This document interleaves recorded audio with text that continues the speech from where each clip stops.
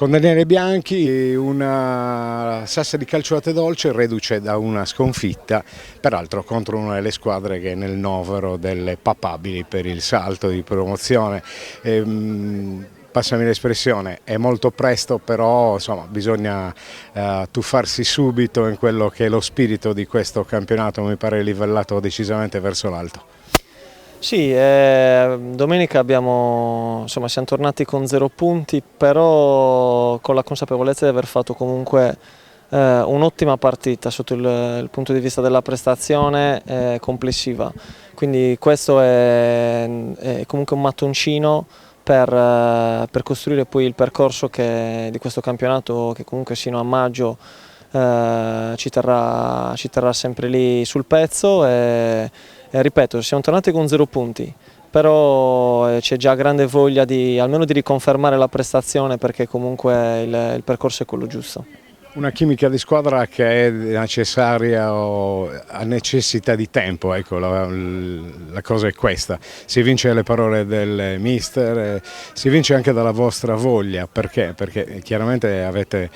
tenuto il nocciolo duro della formazione che lo scorso anno aveva stupito tanti, e quindi c'è solo ed esclusivamente da migliorare, ma soprattutto quello che è l'intesa con i nuovi compagni, che peraltro sono tutti di categoria decisamente superiore. Sì, come hai detto tu, insomma, c'è un gruppo che dall'anno scorso, insomma, è stato confermato quest'anno, un gruppo importante, a cui si sono aggiunti, insomma, dei giocatori sardi, oltre a Ferrari che viene da fuori, però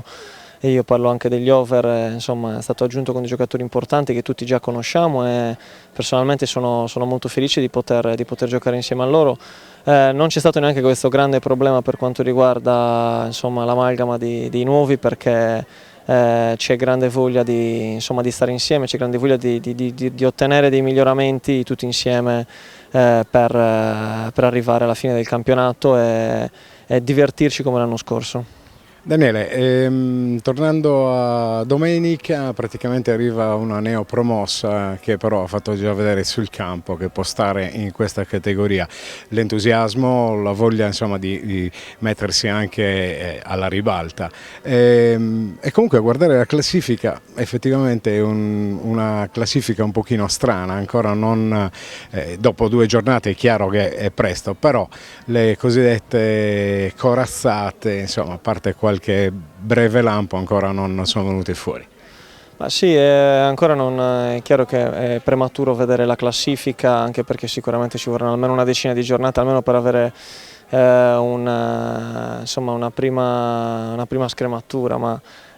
comunque noi, a prescindere che siamo abituati a non guardare la classifica, ma veramente a vivere settimana per settimana, perché comunque è un campionato che, come hai detto, è molto livellato e nessuno si può permettere di sottovalutare nessun avversario. Tra parentesi, come hai detto, domenica giochiamo contro una squadra neopromossa ma che ha un'ottima ossatura, che viene dall'entusiasmo di un campionato vinto in un girone non facile come quello dell'eccellenza laziale, che ha dei giocatori molto interessanti, e quindi sicuramente domenica sarà già una bella partita, e per noi c'è una grande voglia di riscatto dopo non aver portato punti a casa, ma come detto prima c'è la voglia di riconfermare la prestazione.